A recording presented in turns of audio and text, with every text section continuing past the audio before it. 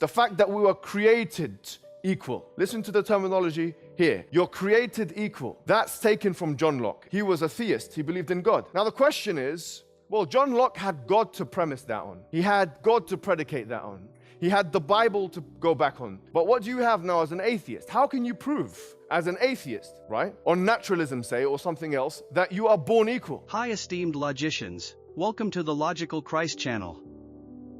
The Logical Christ will do another set of 10 logical reactions on Muhammad Hijab's Islamic professions and claims, in this video series number 42. Sit back and relax. We will be back after this short intro.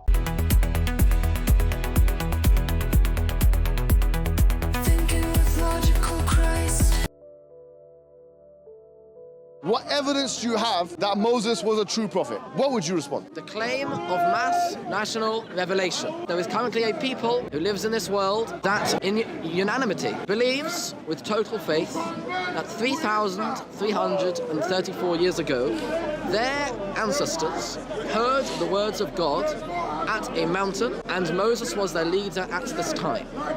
Now, why is there a nation that believes such a thing? The reason we believe such a thing is because our fathers told us this fact, and their fathers told them this fact, and their fathers told them this fact, and this goes back all the way to the event itself. The Qur'an actually has a verse on this, that if it said to them, believe in what Allah has revealed, they say, no, we follow what our forefathers believe in. Even if their forefathers didn't have any knowledge. The point is, first of all, at best what you're doing with me right now is showing me a necessary condition for why Judaism is true. It's not a sufficient condition. The preservation of a religion is a must for the religion to be true. It's not enough for the religion to be true. You can make a better argument, and I say this with all certainty, you can make a better argument for Christianity. What stands out is the inconsistency of questioning Old Testament authenticity, while relying on a Quran that repeatedly confirms earlier revelation. If the Torah available to Jews were wholly corrupted, the Quran's appeals to it become misleading and theologically self-defeating. Quran 5:44 says Allah revealed the Torah containing guidance and light. And Quran 5:48 says the Quran confirms previous scripture. I therefore see Muhammad Hijab's skepticism as conflicting directly with the Quranic verse he claims to defend within Islamic theology. The conclusion is straightforward. Islam cannot undermine Moses through textual suspicion, while simultaneously presenting the Torah as divinely revealed and confirmed. Christians may discuss transmission critically, but the Quran itself prevents Muslims from dismissing the Old Testament as religiously worthless. You're saying what you have is stronger than what I have? Nonsense, akhi. Whatever argument you make for Moses, I will make a better argument for the Prophet Muhammad sallallahu alaihi wasallam. You made your argument based on preservation. You said no, but the chain has people, we don't know where their dates are. We don't know where they lived. We don't know who they are. I've shown to you that this is absolutely false. I've given you references. And there is no historical, intellectual way in which you can compare your system. First scroll, the Torah itself. Forget about the Hadith. Forget about the Talmud. The first scroll, Torah, that we have is 1,400 years between Moses and that first scroll. Imagine now I start writing Hadith. No one wrote Hadith. No one wrote Quranic codices until now. Would you say that this religion of Islam is very preserved and strong? You say no. You say, why did it take you 14 centuries to write this stuff down? Who did you hear it from? I said, I heard it from my friends who were my forefathers and my granddad. Say, your granddad lived in Egypt, he lived in this place. Say, how did you hear it? Say, his granddad. Say, what about his granddad? And then I'll go and do an ancestry test. You're saying what you have is stronger than what I have? Nonsense, akhi. No historian would accept that in a blue moon. If what you're saying is that you believe in your religion on those flimsy grounds, then you should believe in my religion 10 times more than you believe in your own. Why? Because there's exactly 10 times more closeness, or more than 10 times, closeness to the source that we have in terms of preservation than you have to yours. It's done, brother. You have nothing. Preservation claims require more than confident comparisons. I find it misleading to contrast a supposedly pristine Islamic transmission with scripture while ignoring recension, variant readings, manuscript selection, and the much later compilation of major hadith collections within Islamic history itself. Sahih al-Bukhari 4987 reports that Uthman ibn Affan ordered Quranic materials burned after producing standardized copies. I find this hadith reference damaging to simplistic preservation claims, because standardization through destruction proves textual plurality existed within the earliest Muslim community itself.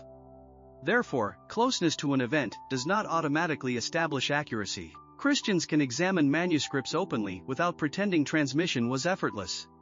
Islam must explain why rival codices required destruction, and why authoritative hadith collections emerged generations after Prophet Muhammad's death historically.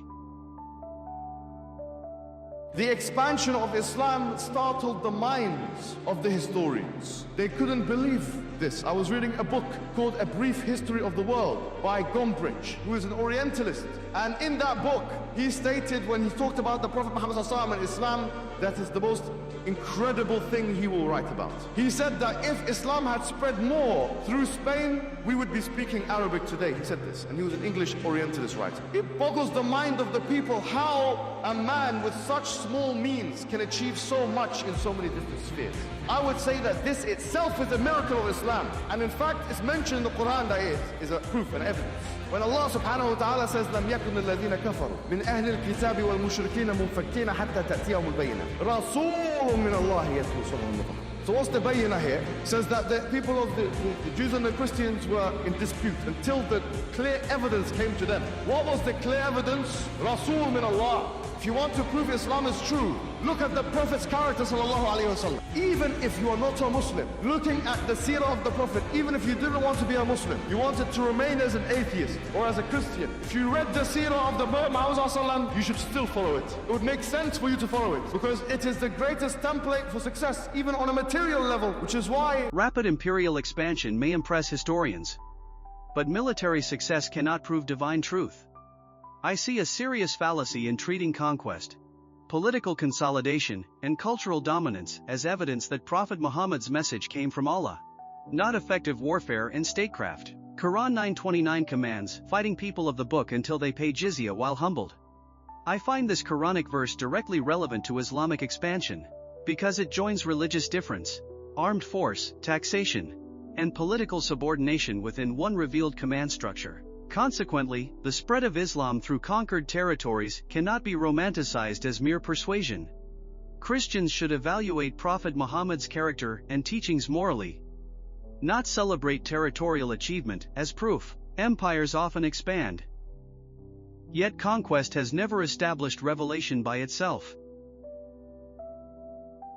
The worst thing you can be as a man is effectively bakhil, stingy, and coward. These are things you cannot possess if you want to be a man. You cannot be a dayyuth if you want to be a man. There's things like that, right? But then there's many ways that you can express your manhood. So someone more introverted, for example. Many of the Sahabis were more introverted. Does that make them less of a man? Let me be provocative here. If I were to put on social media Umar al-Khattab and Abu Bakr as-Siddiq, and we had videos of them, if I were to ask the majority of people, who is more brave? Most people would say Umar al-Khattab 100%. Look at his extroversion. Like if you saw him speak, Umar al-Khattab, and hit people with that stick and do what he was doing, and that his behavior was extroverted behavior.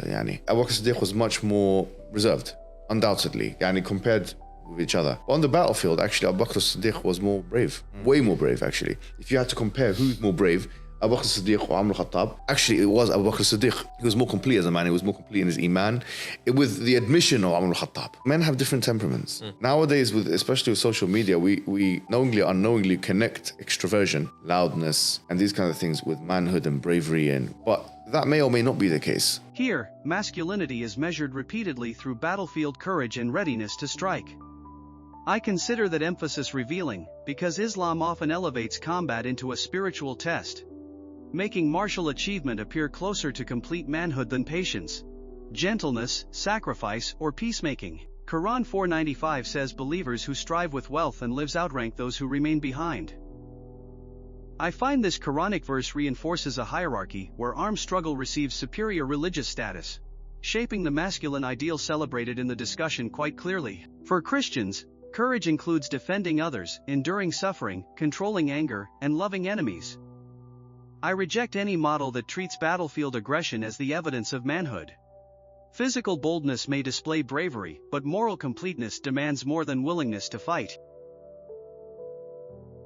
Liberalism has nothing to offer Islam. The first principles of liberalism are unfounded, unsubstantiated, unproven. Not only are the first principles unproven, but a lot of them are based on mythology, fiction, stories. And so to favor that kind of a narrative over and above the Islamic one, or any other religious narrative for that matter, is frankly, academically unfair in the first instance, epistemologically unjustified in the first instance, philosophically unjust, frankly. You can't do that and ask us questions. So before any questions are asked from a person who claims to be a liberal, who might be now thinking that they have found the ultimate truth, how can you prove liberalism is an objective moral standard, number one? Number two, why do you expect us to believe in your myth? Even your philosophers that propounded that myth didn't believe in it fully themselves. They didn't conduct any scientific experiments. Number three, do you not realize that it's as conceivable on a contractarian understanding of liberalism to have as much punitive law as could conceivably be the case in an Islamic state with all of the punitive laws being implemented? So if that is the case, what do you have to offer us? Why should we be like you? What have you got for us? The answer is really you have nothing for us. Sorry to say, and to be blunt, you have nothing to offer. Calling liberalism mythical does not establish Islam as true. I notice a double standard whenever secular first principles must be proven independently, while Quranic claims are treated as self-authenticating. Despite uncertainty, controversy, and dependence on Prophet Muhammad's unverified prophetic authority, Quran 4:24 permits relations with women possessed as captives, while Quran 65:4 regulates divorce for wives who have not menstruated. I find these Quranic verses morally devastating to claims that Islamic law possesses unquestionable ethical superiority over rival systems today. Thus, exposing weaknesses in liberal philosophy does not vindicate Sharia. Christians may criticize liberalism while also rejecting Islamic coercion, captive sexuality, and child marriage implications. A worldview must defend its own foundations and morality rather than survive by attacking alternatives rhetorically. The one who changes his religion, they should be killed in an Islamic state. And you think, wait a minute, doesn't this strongly oppose human rights? And on the face of it, it does strongly oppose human rights. And this is not, on the face of it, prima facie, what we believe in anyway. This is a decontextualized understanding of Islamic law. But what's interesting is this: so long as something is justified through a social contract on liberalism, look what John Locke is saying. There can be an apostasy law. He's saying because the state of the Jews is predicated on your contracting with God and your being Jewish in the first instance, that it's justifiable on liberalism. Listen to this carefully. It's justifiable on liberalism. From this social contract understanding, that if someone publicly says, I'm not a Jew anymore, for the state to say, come here, we're going to execute you. Now, is that what the Qur'an says? The Qur'an doesn't make this kind of articulation, by the way. This is what John Locke says, who is the founding father of liberalism. So how conceivable is it on liberalism that these laws can be put in place? It is fully conceivable in principle. Now, one could argue that was John Locke, that was 300 years ago. We're no longer looking at Locke. My argument is not about John Locke. He is looking at the conceivability through the principles of liberalism. I am saying because the principles of liberalism through social contract allow such possibilities, you cannot argue that liberalism is against a public apostasy law which would entail a death of a person. You cannot argue that. It's impossible to argue that. The social contract comparison does not rescue Islamic apostasy law. I find the maneuver evasive because proving that a liberal thinker could imagine coercion never establishes that executing religious dissent is justly, compassionate, rational, or compatible with genuine freedom of conscience. Sahih al-Bukhari 69:22 records Prophet Muhammad saying, "Whoever changes his Islamic religion, kill him." I find this hadith reference unmistakable.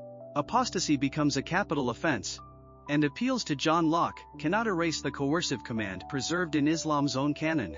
My objection therefore remains intact.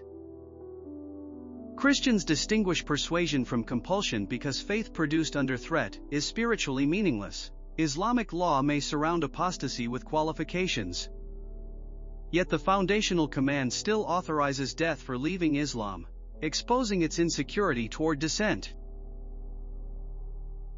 A straightforward question to an atheist liberal: how can you prove that we're born equal? How are you going to do that? A lot of the assumptions of liberalism depend upon a theological backing. In other words, the fact that we were created equal. Listen to the terminology here. You're created equal. That's taken from John Locke. He was a theist. He believed in God. Now the question is, well, John Locke had God to premise that on. He had God to predicate that on. He had the Bible to go back on. But what do you have now as an atheist? How can you prove as an atheist, right, on naturalism, say, or something else, that you are born equal? In fact, on naturalism, we're not born equal. In fact, on naturalism, we're fundamentally unequal. Why? Because you have black people and white people, people who are born disabled, people who are born conjoined to a twin, people who are born in this way and that. Naturalistically, where is the equality here? In fact, one thing we can guarantee is inequality. Even with twins, you have different fingerprints. Everything on naturalism is unequal. For an atheist then to say, look, we're born equal, on what basis? Physical inequality does not disprove equal human worth. I see a category mistake in moving from differences in ability, health, race, or appearance to denying moral equality. Equal dignity means equal value before God, not identical bodies, talents, or circumstances. Quran 7:179 says, Allah created many jinn and humans for hell, while Sahih Muslim 2662c describes people created for paradise and others for hell. I find these sources troubling because eternal destinies seem assigned before personal deeds have fully unfolded. Accordingly, Islam cannot easily lecture atheists about equality while teaching that Allah creates persons toward radically different eternal ends. Christians ground dignity in bearing God's image. The Islamic scheme instead raises questions about predetermined privilege, condemnation, and unequal purpose itself. If you want to knock out a Muslim, ask them about human rights. Ask them about freedom of expression and speech. What's the ruling on blasphemy laws? What's the ruling on apostasy law? But isn't that against human rights? Let's say for the sake of argument, yes, it's against human rights. All of the things that you mentioned and other things, anything, yes, it's against human rights. But let's go back. What is human rights an outgrowth of? Human rights is an outgrowth of this shaky, destabilized liberalism, which frankly has not been substantiated in the first instance. This thing that you guys made up, frankly, called human rights, which you insisted is universal, without any proof, is now being used to colonize. It's being used to spread liberalism by the sword, and that's the irony of it all. Dismissing human rights as invented does not answer whether blasphemy and apostasy penalties are just. I find the strategy dangerous because attacking liberal foundations becomes an excuse to avoid defending coercive laws on their moral consequences for individuals and minorities. Quran 98:6 calls disbelievers among the people of the book the worst of creatures, while Quran 9:29 commands their subjugation through jizya. I find these Quranic verses incompatible with equal citizenship when implemented as governing principles in a state society. Therefore, criticism of Western hypocrisy cannot erase the need for protections. Christians can oppose colonial abuses while defending conscience, speech, and religious liberty. A system that protects Muslims, but legally degrades dissenters and unbelievers, fails the universality it rejects readily. If in fact time and space began with the Big Bang, and if something cannot come from nothing, but Allah created the world ex nihilo, out of nothing, how did an immaterial being with no physical attributes, no physical brain or body, create everything around us in a context where there was no time and space for A to cause B? How did he do it? What was the mechanism by which this immaterial being without time and space created time and space and matter? Well, as the Arabs say, Adam al-Dalil laysa dalil al-Adam. So it's an argument from ignorance. If we don't know how something works, it doesn't mean it is false. However, having said that, there is no agreement among Muslims that the universe was created ex nihilo. So there were some people, like Al-Ghazali and others, who did believe this. But other people, like Ibn Taymiyyah, believe that God perpetually created different things pre-eternally. So once again, there is a scope of interpretation in the Islamic text. Either way, the point is, causation doesn't even factor in here, because a cause is something which brings rise to phenomena, whereas dependency is something which is relying on something else. So time or no time, whether you believe in the A theory of time or the B theory of time, you still have to reckon, you have to deal with the fact that you have things which rely upon each other, and if we compile all the things which rely upon each other together, you would have no existence. So you have to have an independence. So the contingency argument does not rely upon causality, which is why, to be frank with you, I didn't make it as a main argument for myself. Appealing to interpretive flexibility does not resolve the Quran's unclear creation accounts. I find it significant that Muslims debate whether creation occurred from nothing, eternally, or through prior realities, because revelation supposedly clarifying ultimate origins leaves major metaphysical questions unsettled. Quran 41:9-12 describes earth and provisions before completing the heavens, whereas Quran 79:27-30 presents heaven's construction before earth spreading. Quran 18:86 depicts the sun setting in a muddy spring. I find these Quranic verses scientifically and narratively problematic in context. Even granting metaphor and harmonization, a contingency argument proves, at most, some necessary foundation, not Allah, Prophet Muhammad, or the Quran. I therefore reject the leap from philosophical dependence to Islamic revelation, especially when the revelation itself requires defensive reinterpretation. There's a man called Charlie Kirk, who's an activist, a supposed activist, a high school dropout, and an ultra-crepidarian who's been getting involved in subjects that are way beyond his pay grade. Let's say Hamas was eradicated. What do you think should happen between both the communities in order to bring, peace between both of them and make things better? The reason why Gaza is under Hamas control is that there was a peace deal that was signed. Israel got out of Gaza in the pursuit of peace. Israel gave up the Sinai in pursuit of peace. Israel gave up portions of the West Bank in pursuit of peace. This man has made points, and actually every single one of them is false. He says that there was a peace treaty that was signed in 2005. But actually this is incorrect. It's factually incorrect, because it was a unilateral disengagement that took place at the time of Ariel Sharon. And in fact, it was a decision that was made to remove settlers who were there in Gaza from the Gaza Strip. It doesn't actually mean that Israel at that point had lost what is referred to in international law as effective military control. They still had and still have effective military control because they controlled what was going into Gaza and what was leaving Gaza. The second thing he mentioned is the Sinai Peninsula.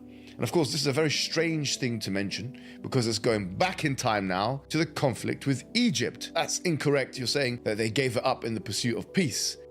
They took it in the pursuit of expansionism in the first place. And they did so against the agreements and the borders set by the UN even, which we don't even consider to be correct borders for many reasons. And then he says the West Bank. Now, I want to know in your mind why you think the West Bank in any way, shape, or form belongs to Israel. The West Bank is part of the Palestinian territories. So you're saying they gave something back which didn't belong to them in the first place. You've been running away for too long. You're trying your best to manufacture scenarios just like Ben Shapiro, wherein which you can antagonize, provoke, debate, and control all the variables of a debate with undergraduate students. The only thing that they have in common with you is the fact that both of you haven't graduated yet. In fact, at least they are trying to. You dropped out. Mocking Charlie Kirk's education does not establish the historical case. I consider that an ad hominem distraction, Gaza's disengagement, Sinai, and the West Bank require evidence, chronology, and legal analysis, not insults about graduation or debating inexperienced students publicly online. Quran 582 says the strongest hostility toward believers comes from Jews and polytheists, while Quran 9:29 commands fighting people of the book until humbled.